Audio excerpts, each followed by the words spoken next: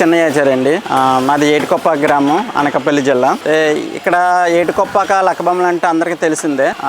ఈ బొమ్మల్లో ఏటికొప్పాక గ్రామం దాదాపు 300 నుంచి 400 మంది కళాకారులు ఈ బొమ్మలు తయారు చేస్తుంటారు. లక్క బొమ్మలు అంటే ఏటికొప్పాక లక్క బొమ్మలు అంటే ప్రపంచవ్యాప్తంగా చాలా తెలిసిందే. అలాగే ఇండియాలో ఈ మధ్య ఇక్కడ అందరూ కూడా అంటే పూర్వం నుంచి 400 ఏళ్ల నాటి చరిత్ర అండి ఏటికొప్పాక గ్రామం అంటే. ఈ బొమ్మల మీదే జీవనోపాధి చేస్తూ అలాగే నెక్స్ట్ జనరేషన్కి ఆ జనరేషన్కి అలాగే ఫార్వర్డ్ చేస్తున్నారండి. ఈ కళ దేశవ్యాప్తంగా ప్రపంచవ్యాప్తంగా కూడా చాలా ప్రాచుర్యంలో ఉన్నదండి. ఇప్పుడు అందరూ కూడా చాలా మంది ప్లాస్టిక్ని వదిలి చెక్క బొమ్మ లాంటిది కానీ ఒక మట్టి బొమ్మ లాంటిది కానీ గిఫ్ట్లకి ఇచ్చుకోవడానికి ట్రై చేస్తున్నారు అందరూ కూడా. సో అంటే ప్లాస్టిక్ని చూసి విసుగు చెందారనమాట అండి పబ్లిక్.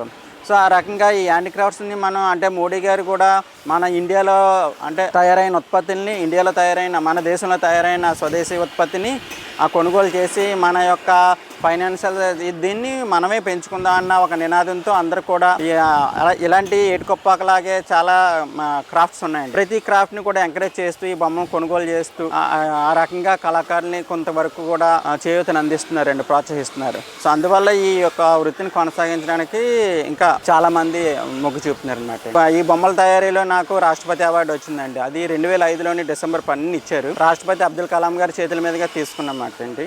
అప్పుడు ఆ ఎంకరేజ్తోనే నేను ఇక్కడ లేడీస్ని ఇంచుమించు ఒక 200 మంది వరకు కూడా లేడీస్కి ట్రైనింగ్ ఇచ్చి, ట్రైనింగ్ టైంలోనే స్టైపెండ్ కూడా నా సొంతంగానే ఇచ్చి వాళ్ళకి ఇక్కడే ఎంప్లాయ్మెంట్ ఇచ్చేలాగా నేను ప్లాన్ చేసి ఆ రకంగా ముందుకు కొనసాగుతున్నామండి. ఇక్కడ అందరు కూడా లేడీస్ బాగానే వర్క్ చేస్తారండి. అంటే లేడీస్ చాలా సిన్సియర్గా ఉంటారండి. మనం ఏం చెప్తే అది చేస్తుంటారనమాట. ఏ బొమ్మ తయారు చేయమంటే ఆ బొమ్మ మీద నిమగ్నం పెట్టి మైండ్ పెట్టి దాన్ని తగ్గట్టుగానే బొమ్మను తయారు చేయడం ఇలా ఉంటుంటుందండి. వాళ్ళు లేడీస్లో డిసిప్లిన్ ఎక్కువ ఉంటుందండి. సో అందువల్ల నేను లేడీస్ని చూస్ చేసుకుని వాళ్ళకి ట్రైనింగ్ ఇచ్చి నేను ఈ ఉపాధి కల్పిస్తున్నానండి. అయితే గవర్నమెంట్ మాకు కొంతవరకు ఈ ముడిసరికిని మనకి ఫారెస్ట్ డిపార్ట్మెంట్ నుంచి సరఫరా చేసేలా అంటే మేము వాడి కర్ర అంకుడు కర్ర అంటామండి. అంకుడు కర్ర మీడియం సాఫ్ట్గా ఉంటుంది కొద్దిగా. అంటే మేము ఏదైనా బొమ్మను షేప్ తీయాలంటే అది అనుకూలంగా ఉంటుంది అనమాట అండి ఆ వుడ్.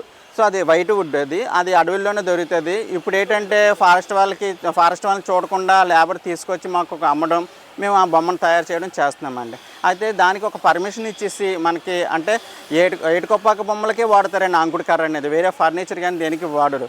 కాబట్టి ఈ వాడకం కూడా తక్కువ అండి. ఏటికొప్పాకలోనే తయారవుతాయి కాబట్టి ఇంకెక్కడ ఈ వుడ్ని వాడరు. కాబట్టి దాన్ని పెద్దగా పట్టించుకోకుండా మాకు కానీ సప్లై చేసేయాలంటే అంటే ఊరికనే కాదండి, మేము ఫారెస్ట్ వాళ్ళకి అమౌంట్ ఇస్తాము, డబ్బులు ఇస్తాము, బయట ఎలాగైతే కొనుక్కుంటామో అలాగే ఇస్తాము. కానీ ఏంటంటే మాకు అందుబాటులో ఎవరైనా వచ్చి ఏదైనా ఆర్డర్ చెప్పారనుకోండి, ఒక 500 పీసులు 200 పీసులు రిటర్న్ గిఫ్ట్స్ చెప్పారనుకోండి, వుడ్ లేదనే చెప్పేస్తున్నామండి.